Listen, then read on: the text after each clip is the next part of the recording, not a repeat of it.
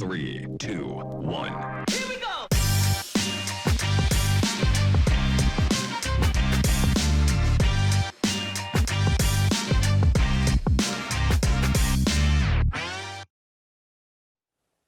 It's Tuesday, ladies and gentlemen, and welcome to another episode of WEtalk. I'm Yolanda Nal. Stay tuned for today's interview for our second installment on the Cannabis and Hemp Association of Namibia, where Angela will give us some insight as to why government should legalize cannabis. Next up, we have the news, but before that, a riddle. A guy in a car sees three doors: a golden door, a silver door, and a bronze door. Which door should he open first? Next up, we have the news.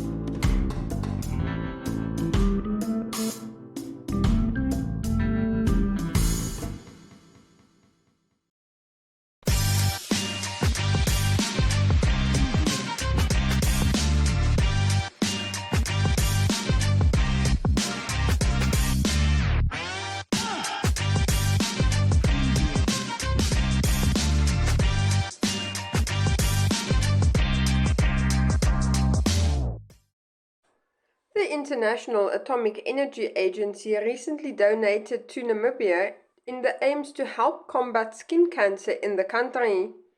Late last year, the IAEA delivered a new ortho-voltage radiotherapy machine, a machine that uses radiation to kill cancer cells, to Namibia's Windhoek Central Hospital. As a result, over 600 skin cancer patients per year can now receive medical care for skin cancer. Before the arrival of the new machine, patients with skin and other superficial cancers in the country were treated with more penetrating radiation beams that are usually used to treat deeper-seated cancers.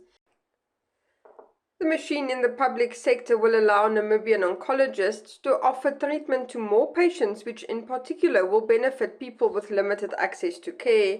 Yolanda now checks in with the CEO of the Cancer Association of Namibia, Rolf Hansen. Orthovoltage radiotherapy is a low voltage radiotherapy unit that is ideally and preferably used for low voltage treatments such as skin lesions, sometimes in bone cancer, and especially in palliative care treatment. So as Cancer Association, we are very much excited and thankful to the International Atomic Energy Agency, IAEA, who has donated this obviously to the Ministry of Health and Social Services.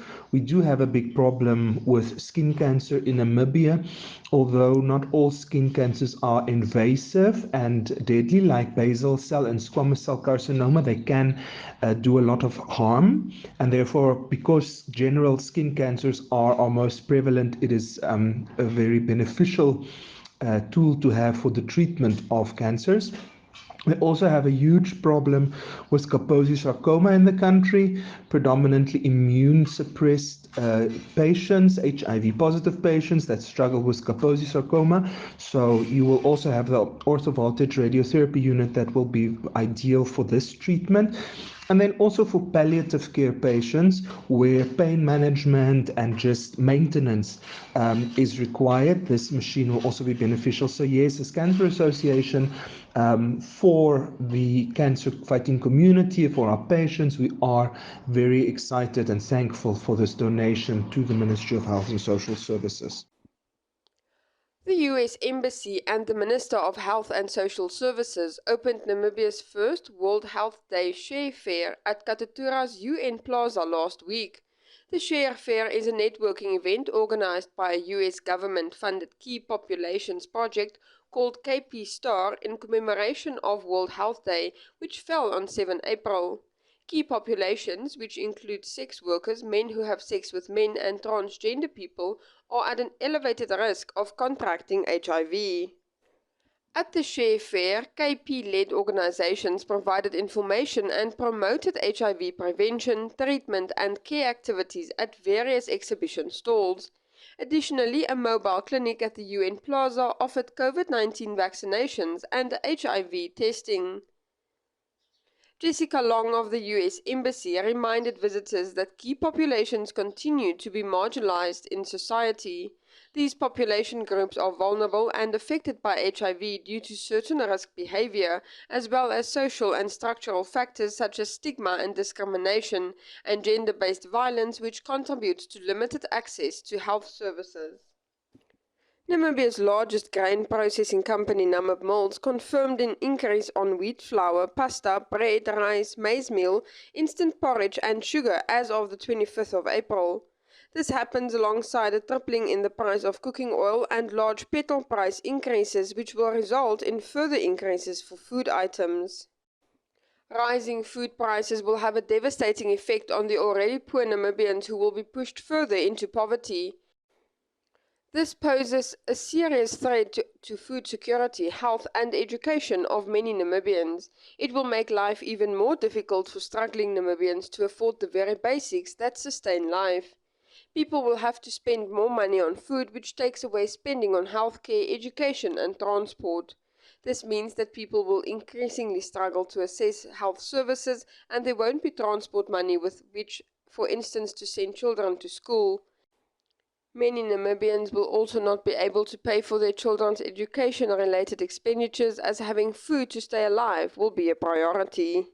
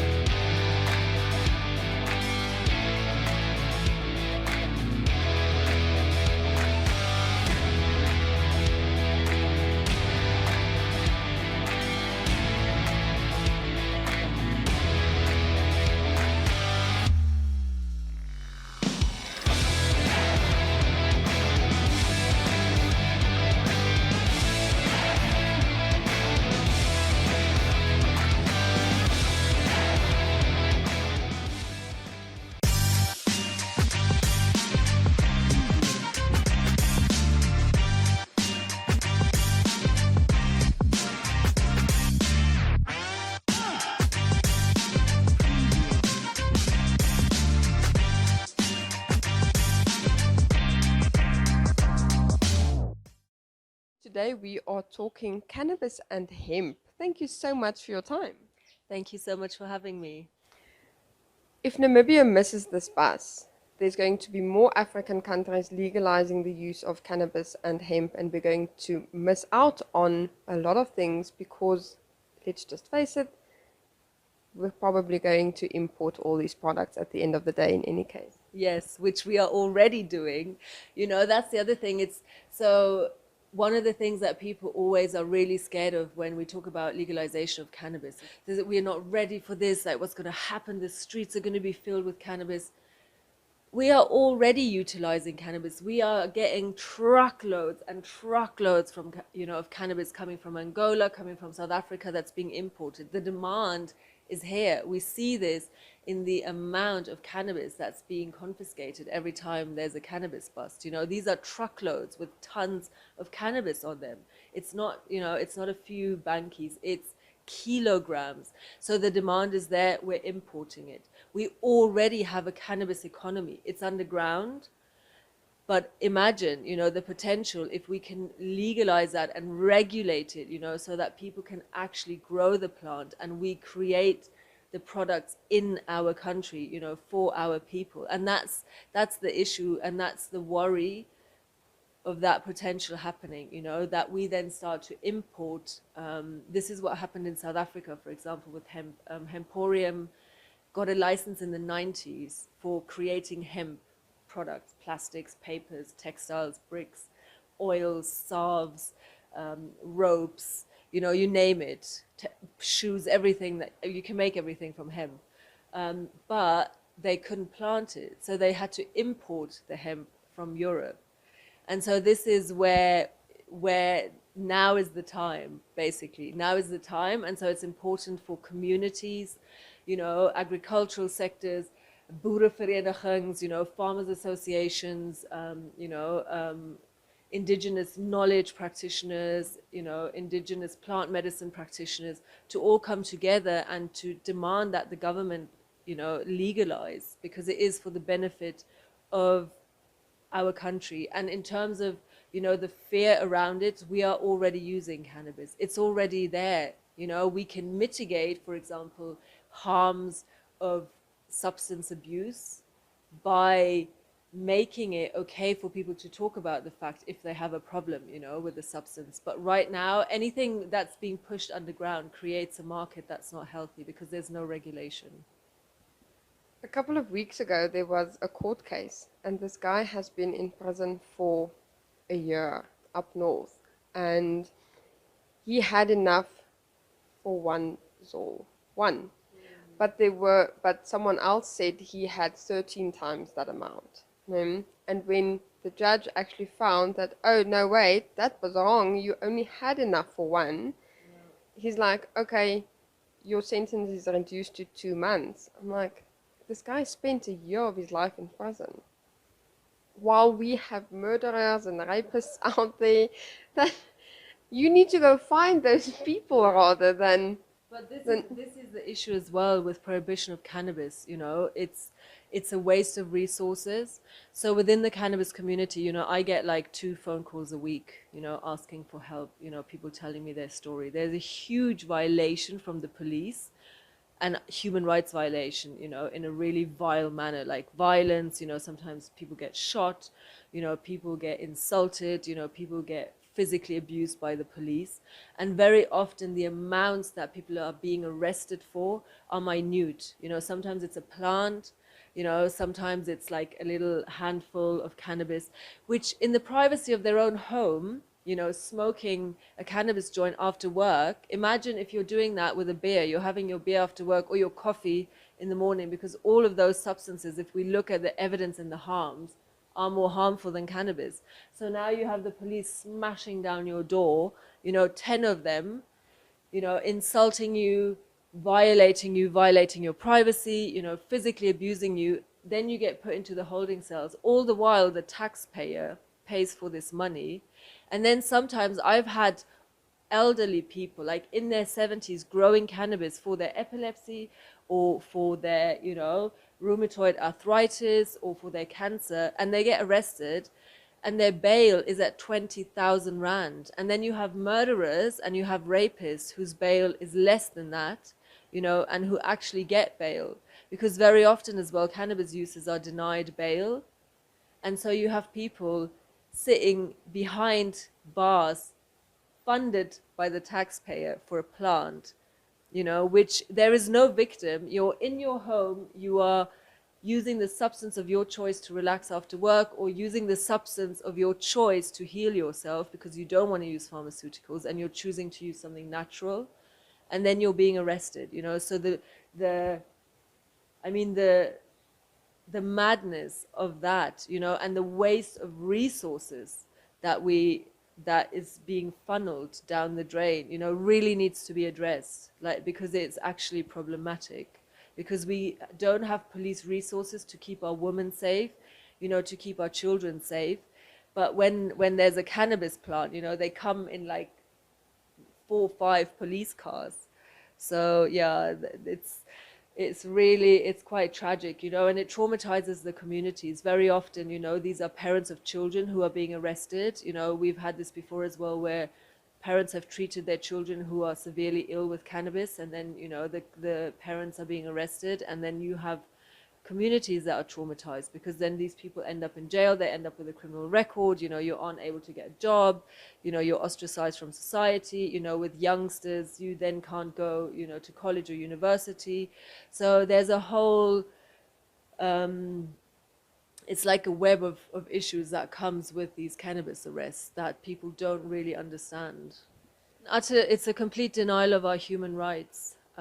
You know, because we as humans, we have certain rights, and in our constitution we have, for example, as well. So that's the other thing, when when we talk about cannabis, we talk about medicinal cannabis and recreational, responsible adult use cannabis. It's the same plant. It's essentially the same plant. The only difference between, someone utilizing cannabis for spiritual purposes, for their religious purposes, in regards to the Rastafari communities, in regards to some of the indigenous communities, and the First Nations people who utilize it as a spiritual sacrament, and someone using it for medicine, and someone using it, to relax after work. It's all the same plant. And essentially in our constitution, it states that we have the right, freedom of privacy, freedom of expression, freedom to practice religion, and these freedoms to choose which substance I would like to utilize when I have a head pain, or if I have epilepsy, that needs to be respected. And so it's human rights violation on every aspect when we look at the prohibition of cannabis. At the end of the day, as you said before, it is being used. There is a market for it. It's being imported. The government can just as well get on board and get a couple of bucks from it. And tax it, exactly. That's the other thing. We've seen this, looking at different countries, or for example, different states in the US that have legalized, who have then used that tax money to filter that back into the communities, building more schools, upgrading roads, building proper rehab facilities. Because the other thing is, we have no trauma-informed help for addiction in this country. We have one rehab that is state-sponsored, which still costs more money than most people can afford. And there is no trauma information around it, and essentially in Namibia, there's so much trauma, stemming from colonization, stemming from apartheid. There's so much violence, and that's something that needs to be addressed. And with that comes so much substance abuse. But that substance abuse is, from like sleeping pills to grandpas to cough medicines to, alcohol to cigarettes to cannabis, you name it. It's a whole plethora. And being able to utilize, for example, the money that would be taxed on cannabis to then help individuals who are vulnerable, help communities, support them, like really look at how do we support people in their addiction, around like trauma, in a trauma-informed and holistic way. There's all this potential that our government can utilize money from what they make from cannabis.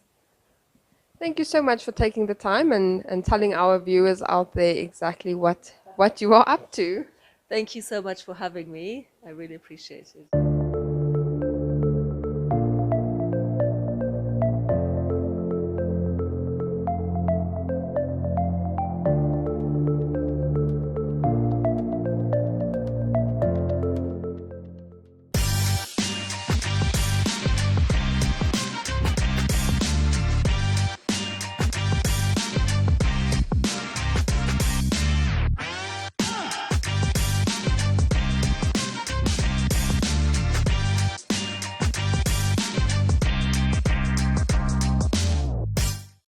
For today's recommendation, we are looking into the business side of things.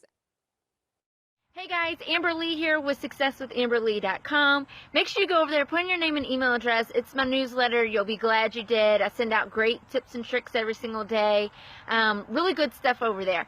So this is episode number 1 of my Communicate Like a Boss show. Yes, I'm going to turn this into a show, little small videos.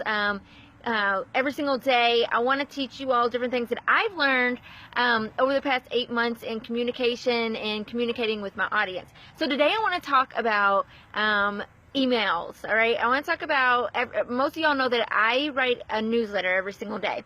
So I want to give you 3 tips to writing an extremely effective newsletter, a newsletter that I have your audience engaged and coming back for more, right? So let's get into it. Tip number 1 is I always write like I talk, right? So how I would say it to you is how I type it to you. And it's been very, very effective for me, because I will tell you, I am not the best writer, right? I used to be when I was younger. One of those things that if you don't use it, you lose it. I stopped writing for a lot of years, and now I just don't feel like I'm as great as other people are, right? I don't call myself a master copywriter or nothing like that. But what I do really, really well is I write the same way that I speak to people. So if we were one-on-one in a conversation, I always think about what would I say if I was sitting there having the conversation. And I actually talk out loud when I write my emails, and I type it right along with what I'm talking. So that has been a very, very effective for me. So tip number 2 is I never teach on something that I don't know about, that I haven't done, or that I'm not very good at, right? Like I wouldn't tell you how to be a great copywriter, right? It's just not something that I would do. What I would do, though, is find a video or find someone who is a master copywriter. If I wanted to touch on that subject, I don't ignore the subject altogether. What I do is point and direct to someone who has done a video that I know is really good at copywriting, that's done a video on it or something like that, that can give my audience tips on that, so that I don't become someone who just kind of ignores those subjects where people are like, oh, well, I can't read her newsletter and get that type of information because she never talks about it. I do talk about those things. I just point and direct, right? And number 3, and this has been my greatest discovery, and really it wasn't a discovery, it was taught to me. It was something that really made things easier, because I will say this, in the beginning when I started writing my newsletter, I wasn't very good. My content was really bad. It just wasn't that great, and that's cool, because as you start to do things, you start to develop and you get better. So what I started doing is writing to one person, okay, to, I guess, my avatar, or what people like to say, my ideal customer. I just kind of write to someone that I'm comfortable talking to. Is kind of how I do it. I picture it like it's someone that is kind of has like similarities of myself, and I talk to that person, and I write as if we're having a one-on-one conversation. I don't say y'all, I don't say you guys. I used to do that in the beginning. I make it very personable, so that person really feels like I'm speaking to them, right? And so and that has worked very, very well for me. I get a lot of responses on my newsletter. I get a lot of replies, and people telling me to keep sending it. So that's really cool. I don't get a lot of unsubscribes. I don't have a huge list. I don't. But I have a fairly good list, good size-wise is what I'm saying. But I have a very responsive list, which is, to me, more important than the size of it, right? Alright guys, so those are my tips for today. I hope you enjoyed it. I had really fun making this video, which is our first episode of Communicate Like a Boss show.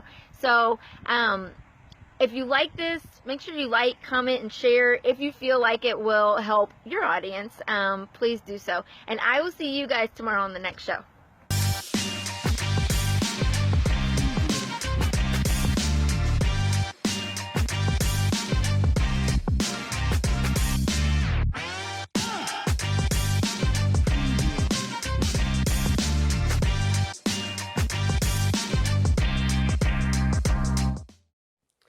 Today's life hack is for all those who's ever had blush or eyeshadow drop and broken into a million pieces. Trust me, it is fixable. All you need is a little bit of spirits. Pour that in, stir everything around, pat it dry with tissue paper and wait for it to dry completely, and there you have it, good as new. Next up, we have Jeanette Diergaard for your Flex Minute. Ladies and gentlemen. Yeah, welcome to another exciting edition.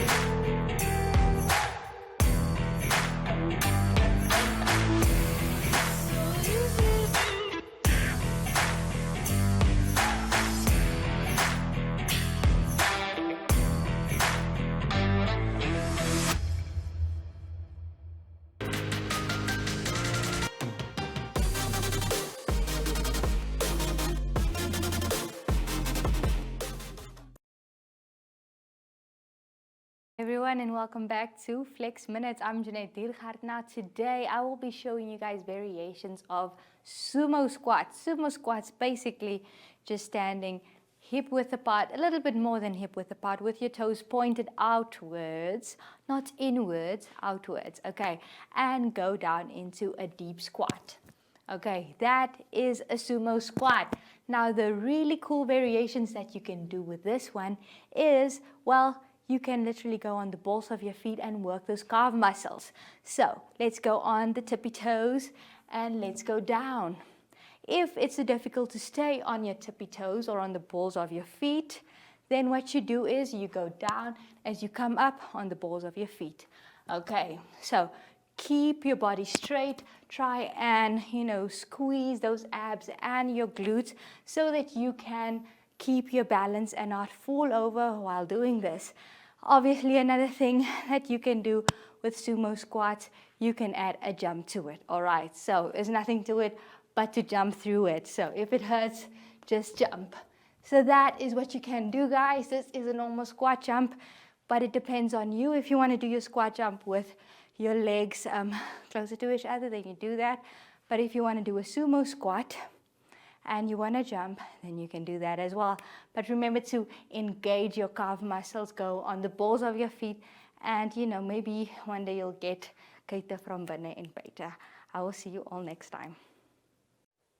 Are you still scratching your head on today's riddle? Which doors should a guy in a car open first? Silver, bronze, or gold? The answer is his car door. We will be back again tomorrow with a brand new interview and a recommendation just for you. Goodbye.